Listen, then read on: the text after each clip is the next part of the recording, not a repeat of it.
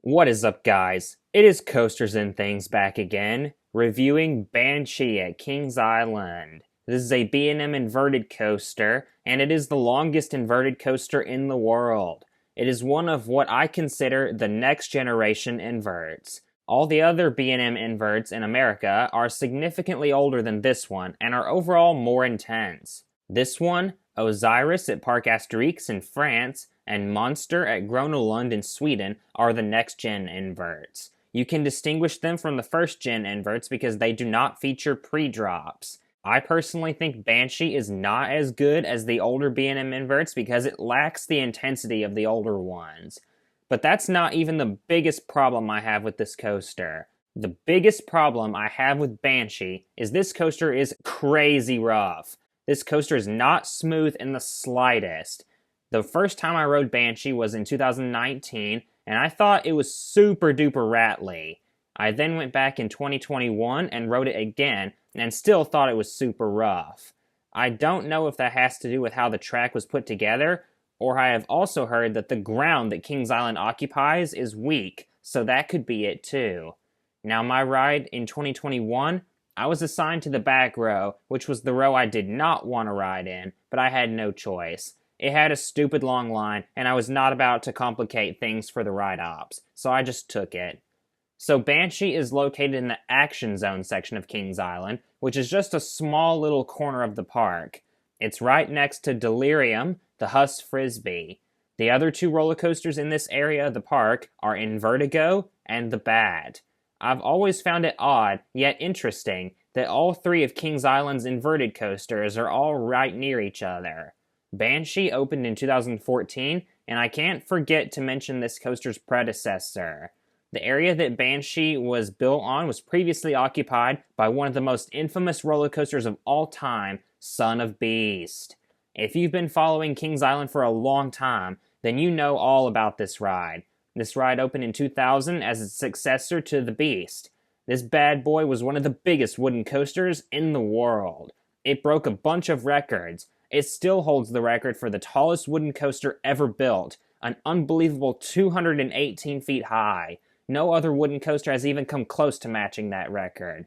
It also still holds the record for fastest wooden coaster ever built, maxing out at 78 miles an hour. What defined Son of Beast the most, apart from all other wooden coasters though, was that it was the only wooden coaster in the world to go upside down. It featured one inversion, a 118-foot tall vertical loop. Unfortunately, due to an incident in 2006 that injured 27 people, the original Premier Rides trains had to be replaced by Gerstlauer trains from the defunct Hurricane wooden coaster in Myrtle Beach, South Carolina. The new Gerstlauer trains weren't heavy enough to make it through the loop, so the loop ultimately had to be removed. This took away Son of Beast's signature element. Another incident in 2009 caused the coaster to close again, this time forever. The 2010 season came, and the coaster was just standing but not operating. The 2011 season came, and it was still there. The 2012 season came, and it was still there. Finally, at the end of the 2012 season, Son of Beast was demolished. All that's left of Son of Beast now is the station and a tiny little bit of track. This station is actually still used today as a scare maze during Halloween Haunt.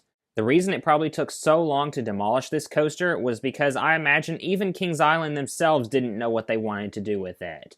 After Son of Beast's demolition was finished in November 2012, the land immediately began getting prepped for a new addition to take its place. That addition came in the form of Banshee. The theme of Banshee is that now that Son of Beast is gone forever, a banshee with evil spirits now haunts the land. It's a very distinct theme, and I really like it. Also, I love the look of the sign and logo of this coaster. You are not going to find a better looking sign out there than this one. Cedar Fair did a phenomenal job with this. And I actually found out that when Cedar Fair trademarked the name Banshee, they were originally going to use it at Cedar Point when they were converting Mantis into Rougarou. Obviously that didn't happen, and to be honest, I'm glad that didn't happen, because the name Banshee fits this coaster much better. When you approach Banshee, it's just so eye-catching. This coaster makes a bold first impression right when you walk up to it. Going through the queue line, there are tombstones dedicated to past attractions. The largest one is for Son of Beast, and it features an eternal flame. I think it's great that Kings Island honors the former record-breaking wooden coaster that once stood here. When you enter the station, it is themed to a haunted church. Now beware, this coaster almost always gets crazy long lines. Oftentimes, this has the longest line in the park. I would recommend Fast Lane if you want to skip it.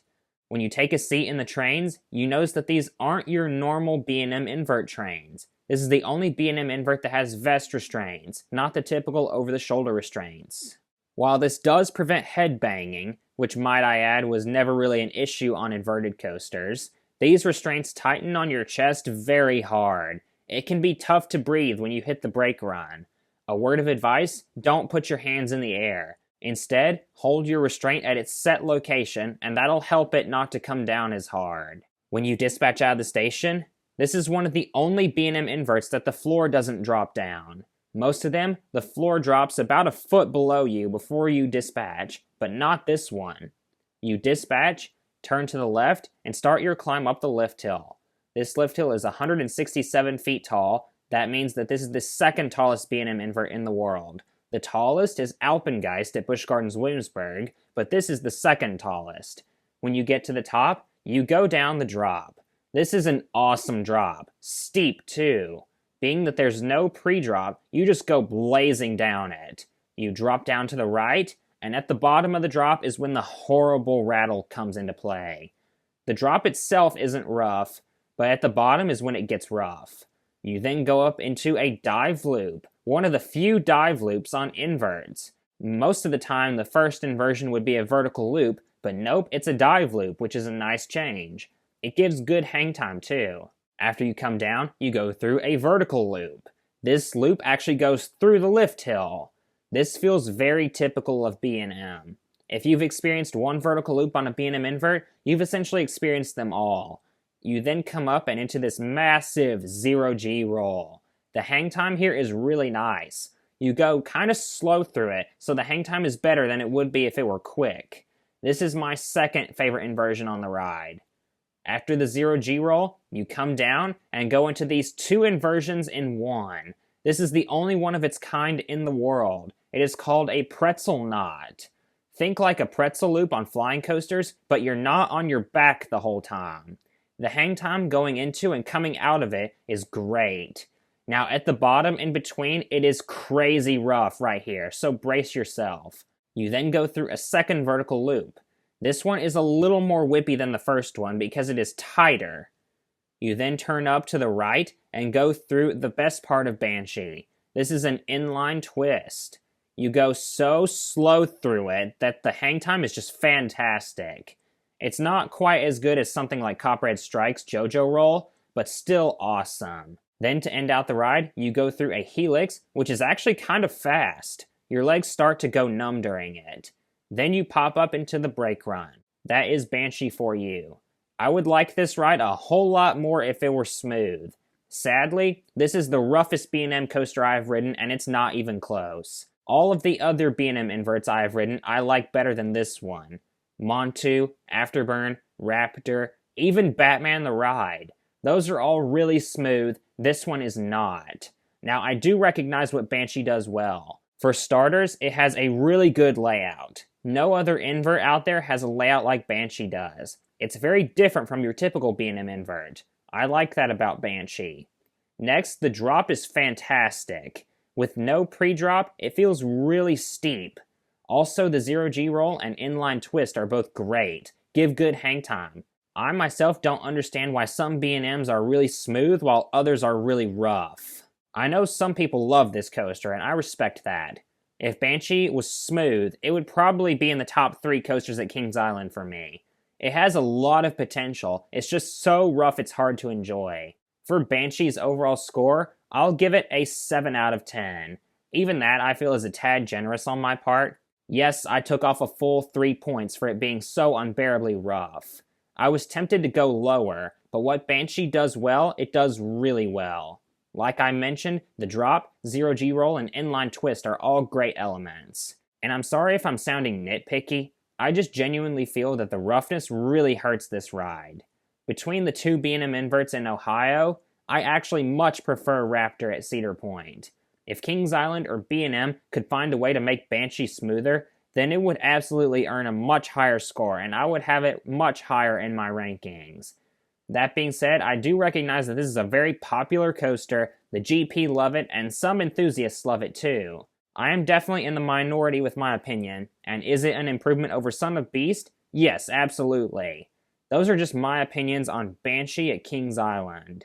Thank you for watching. For those that watched the whole thing, thank you. I know this was a very long review. Please like, comment, and subscribe, and this is Coasters and Things signing out.